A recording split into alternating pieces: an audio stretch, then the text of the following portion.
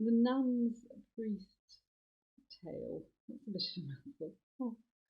The story of Chanticleer. I like this one. This is quite funny, and it's a little bit more like a sort of Aesop story. It is described as a beast fable with kind of very clear moral. Right. With no more ado, it was in France, where there lived a poor widow with her daughters in a little cottage with 2 sows and some sheep, some geese, some chickens, and a rooster, and they grew their own vegetables. So really, they had quite a nice. It sounds like the rural idyll, doesn't it? They had a nice life. They worked hard. They had enough to eat. Yeah. Now the rooster was something. Maybe an exhibitionist, but the rooster had a very fine crown, and he had an amazing voice. And the widow and her daughters didn't need a clock, for they always knew when it was time to get up by Chanticleer, cock-a-doodle-doing to the dawn. But one morning, Chanticleer woke up in a terrible state and said to his wife, he had 1 wife and 6 girlfriends. He had all the hens in the yard. Lucky old Chanticleer.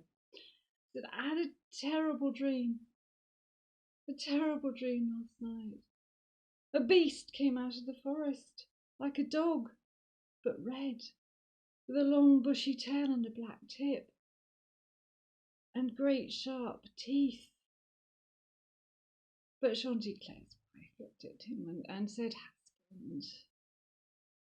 Husband, don't worry about dreams. Didn't Cato say that dreams don't really foretell the future? Dreams are just sent to worry us. You've eaten too much, you have indigestion. Here, let's just go find some medicinal herbs. Then you will feel better. Don't worry so much about this. It's just a silly dream, it will pass. And Chanticleer listened to his wife, as of course Adam did in the Garden of Eden. And look what that led to. So Chanticleer dutifully ate the herbs that his wife found for him. But later that day, the great red beast with the long bushy tail and the black tip and the big teeth did indeed appear in the yard of the little cottage, coming out of the woods. And there he was, the fox. And the fox said to Chanticleer, I have heard of your singing. I have travelled here to come and hear you sing just as your father used to. For he would stand up on tiptoe and stretch his neck, and he would sing with his wonderful voice. And so Chanticleer, flattered by the fox, stood up on tiptoe and stretched his neck and gave his best cock-a-doodle-doo. And as he did so, the fox grabbed him by the neck and started to take him off into the woods. Never was such a hullabaloo heard since the days when the women of Troy wept and wailed at the fall of the Trojan men. So as the fox dragged Chanticleer off into the forest, running after him came his wife, the 6 other hens, all the geese in the farmyard. The bees from the beehives swarmed and followed them. I think perhaps the two sows went running after as well into the woods. And as they got into the woods, Chanticleer said to the fox, "Tell the hens and the geese, and tell everyone else to stop following us."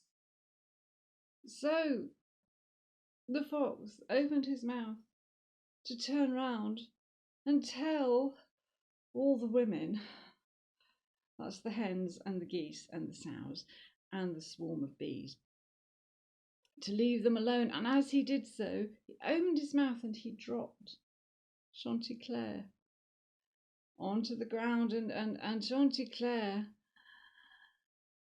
flapped his wings and flew up onto one of the low branches of a tree where the fox couldn't reach him. And our poor fox didn't even manage to catch any of the hens.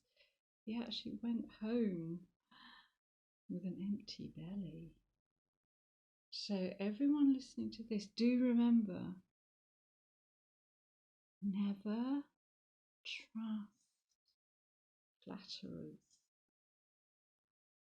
Never trust anyone who tells you that you have a wonderful singing voice.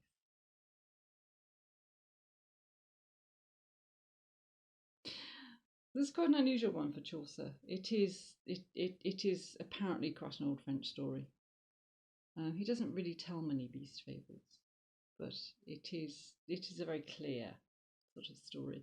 But it's quite unusual in beast fables for the fox to for the fox to lose. Foxes usually win through because foxes are very cunning, as of course I'm sure are all of you, really. There are, of course, other Chaucer stories and Brothers Grimm stories. There are lots of stories on my channel, so please do subscribe, and I do hope to see you again soon. And meanwhile, beware of flatterers.